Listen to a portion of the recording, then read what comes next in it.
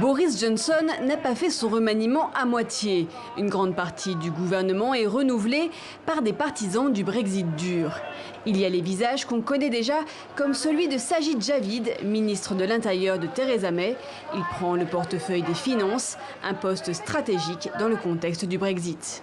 Le Premier ministre a déjà fixé certaines de ses principales priorités. Il faut que l'on quitte l'Union européenne le 31 octobre et que l'on saisisse cette énorme opportunité économique. C'est là-dessus que je vais me concentrer. Son poste de ministre de l'Intérieur est récupéré par une figure politique controversée, Priti Patel, conservatrice, ancienne secrétaire d'État de Theresa May.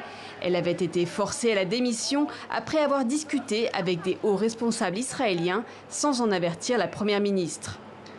À leur côté, d'autres eurosceptiques convaincus, comme Dominic Raab, étoile montante du Parti conservateur, il prend la tête de la diplomatie britannique, un poste crucial en pleine crise avec l'Iran. On veut conserver notre amitié avec nos partenaires européens et nos alliés. Mais quoi qu'il arrive, notre finalité, c'est le Brexit.